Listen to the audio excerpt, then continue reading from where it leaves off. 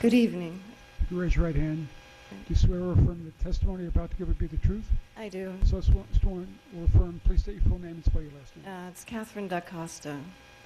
Could you spell that last name? Da Costa, it's D-A, then C-O-S-T-A. Thank you. And I guess I don't have the history in the area. We've been here for a relatively short time, and as it was mentioned, we did purchase the lot number 9.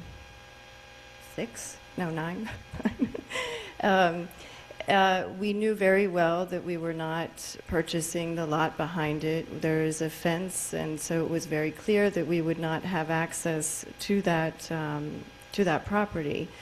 I think coming here and also learning of what was the history, I guess even when it was raised that there was a variance that was granted in 1976, trying to understand what constitutes or how this land was originally defined seems very important here. Since we've been here, we've understood that there are other access areas to the lake that do exist.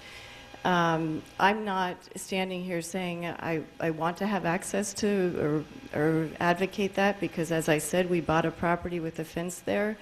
But at the same time, we bought a property with a certain character of the land behind it. And I would like to understand, by joining these properties, and as I think has been mentioned, it's quite a strange designation there with this sort of shape and an enclosure of the land there. Is that going to become a driveway and there would be two houses there? There's a lot of unknowns.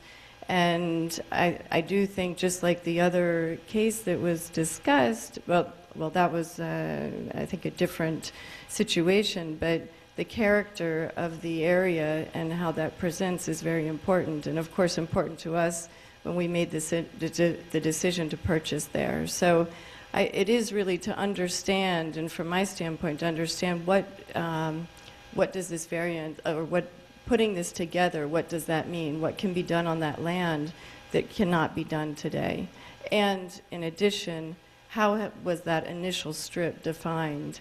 And is there authorization to say, well, that was just history, but is there something that clearly defines that strip of land was communal or had another purpose, and that may have been the reason that it was never joined to the property that we purchased, because it did have a different character.